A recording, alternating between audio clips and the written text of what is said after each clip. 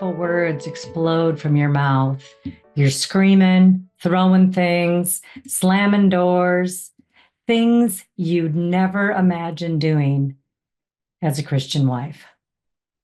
This isn't what you signed up for. This isn't who you were meant to be. Where did that patient, kind, godly woman go? In her place stands someone you don't even recognize, someone desperate, hurt, angry, and out of control.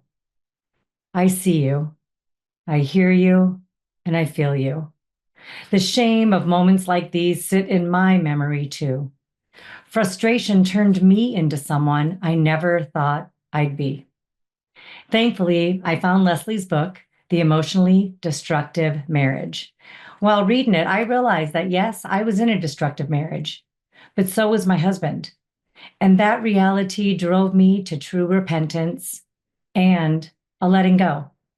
I chose to own the truth that I was clinging to unhealthy patterns. It was time to learn to detach in healthy ways. It was time to be still and to let go. Friends, letting go didn't mean I stopped caring about my husband or that I cut myself off from him. Letting go was about me realizing that I could not and still cannot control Dwayne.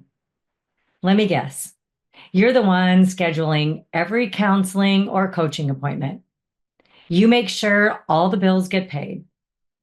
You cook, you clean, and you're making certain that all the household tasks are complete every week.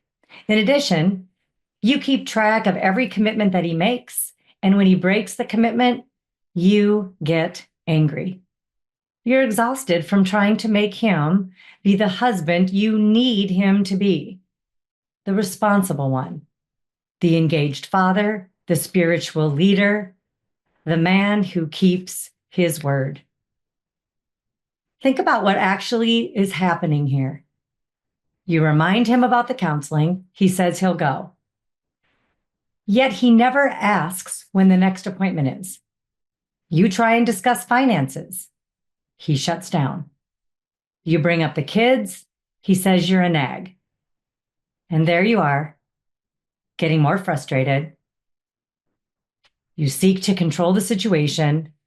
You're more desperate with each passing day. Detachment means letting go of your need to make him be different than he is. It means accepting that he might never become the man you hoped he'd be. Not because you're giving up on God's power to change people, but because you're acknowledging that you can't force that change. You can't make him want to connect. You can't make him take responsibility for his emotions, his actions, or his thoughts.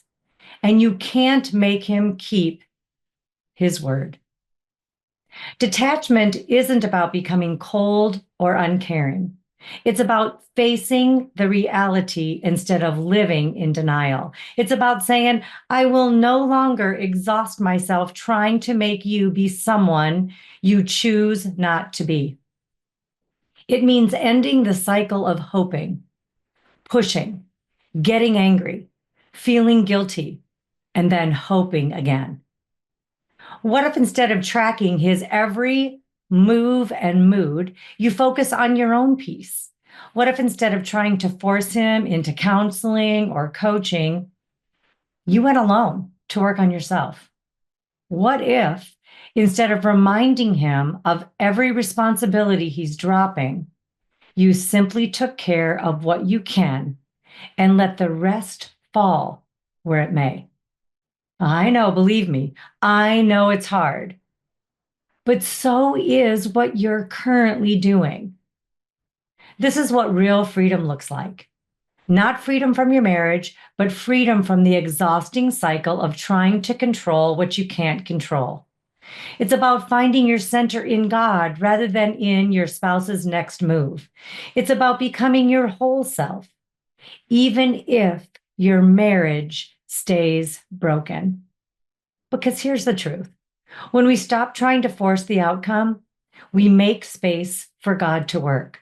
both in our lives and maybe, just maybe, in their lives too. But that's not your responsibility anymore. Your job is to get healthy, to find peace, and to be the woman that God created you to be, regardless of what your spouse chooses.